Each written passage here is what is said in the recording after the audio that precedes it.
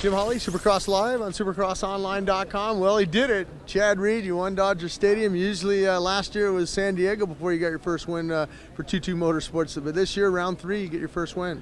Yeah, I mean, this is only our second year to Dodger Stadium, and with that being said, it was one of the stadiums I hadn't won at. So it's nice to check that off the box.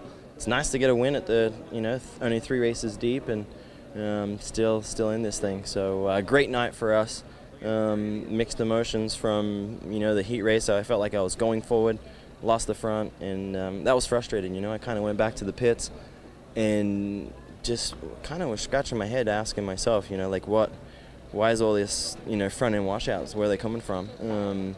So we kind of gambled a little bit and just went to a tire that we were pretty much racing the majority of last year on, and it gave me the feeling that I needed. I'm a front end guy.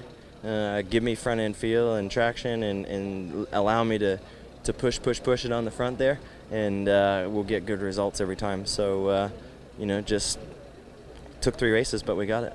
I got to ask you that the first start, you ran it down into turn 1 there, and you were pushed outside there, and a little bit of mayhem in the back there. Trey Kennard going down, and Ryan Morris. What happened back there? It's nuts. It seriously is. It's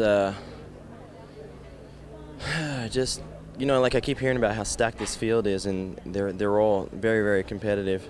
But it's almost overboard, like they're individually just trying to kill each other in every turn, every jump, and it's really scary. And last week I was in the back, in the first one I was in the back, and it's not a pleasant experience at all. So you're gonna hear from all the top guys. It's all about the start, because you need to get out front and just ride clean laps. So I think that there's about 6 of us right now that I feel, can ride consistent 20-lap, races. So you need to be a part of that group. My initial feeling was it was going to get red flag. It was a pretty nasty crash. And then, come through the tunnel, I see the red flag, and then we had probably a good, 20, 30 minutes almost sitting on the line, and I just try to really just focus on myself and find a positive attitude, because I was a little bit negative there for a little bit. So I'm glad that I actually came back, turned it around, and rode the best race that I've rode in a long time, past some really good guys. Yeah, you mentioned some of those guys. James Stewart, you put yourself in a good position. You were up in that top 3 or 4 there, and you get around Stewart, and then you get into a little bit of cat and mouse with Weimer. He's up there, and he's kind of blocking some lines, and, you went around him, and you went to the inside there. Yeah, actually, I feel a little bit bad, because I actually thought it was Villapoto. I didn't even know it was Jake. So apologize to Jake. He was riding a solid race out front, and I was so focused in going forward that I was just head down, and I seen a green bike.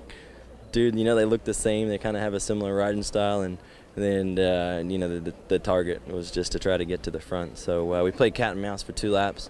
I was able to make the pass and try to make it happen, make it stick. It fired up Stu. I think he was just kind of cruising and didn't. And then see, when I got into the lead, you could just see the RPM start coming up a little bit through the air, and he was obviously trying to make it happen, and I think he went down. So good solid 20 laps for me, and good points, and it's only 3 races deep. In many years, I'm good to be back here in the great city of Los Angeles, California.